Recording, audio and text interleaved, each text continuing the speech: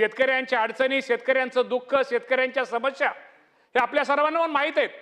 त्यामुळे अनेक प्रश्न ह्यामध्ये अनेक जणांचे प्रश्न मांडले। मी सर्व सदस्यांना एवढं प्रामाणिकपणे सांगतो की साधारणतः मुख्यमंत्री महोदयांनी जी जाहीर केलेली जी शेतकऱ्यांची कर्जमाफी आहे, साधारणतः प्राथमिक अंदाजानुसार आज आपण अजून आकडे घेतोय, साधारणतः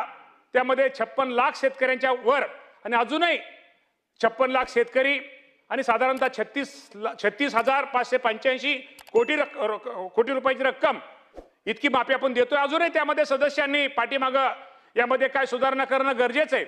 काही निकषामध्ये काही अटीमध्ये बदल करणं गरजेचं आहे। या बाबतीत मुख्यमंत्री महोदयांना आपण सगळ्यांनी त्यावेळी सभागृहामध्ये अनेक सदस्यांनी, विरोधी सदस्यांनी पण गोष्टी चांगल्या मांडल्या, शेतकऱ्यांविषयी मांडल्या। त्यामध्ये मुख्यमंत्र्यांनी स्वतः सांगितलं यामध्ये आपण निश्चित प्रकारे यामध्ये बदल करू, यामध्ये काय बदल करणं गरजेचं आहे, यामध्ये बदल केल्यानंतर कुठल्या गोष्टीमध्ये माझ्या शेतकऱ्याला त्याचा फायदा होईल तो मुख्यमंत्र्यांनी उपसमितीला त्यामध्ये निर्णय घेऊन निश्चित प्रकारे या राज्याचे मुख्यमंत्री या बाबतीमध्ये सकारात्मक आहेत।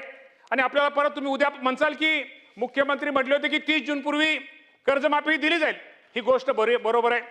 परंतु आपल्या सगळ्यांना माहिती आहे की आज आपलं हे अधिवेशन चालू आहे,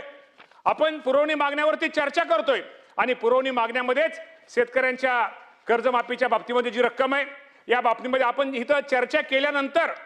ही चर्चा केल्यानंतर ह्याला मंजुरी दिल्यानंतर आपण राज्यपाल महोदयांच्या सहीला हे आपल्याला कर्जमाफीच्या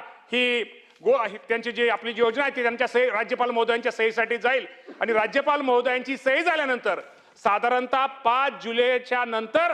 ह्या कर्जमाफीची रक्कम ही माझ्या शेतकऱ्याच्या खात्यामध्ये अदा केली जाईल, हे पण आपल्या सगळ्या सदस्यांना, आपल्या सर्वांना या बाबतीमध्ये मी सूचित निश्चित प्रकारे करतो।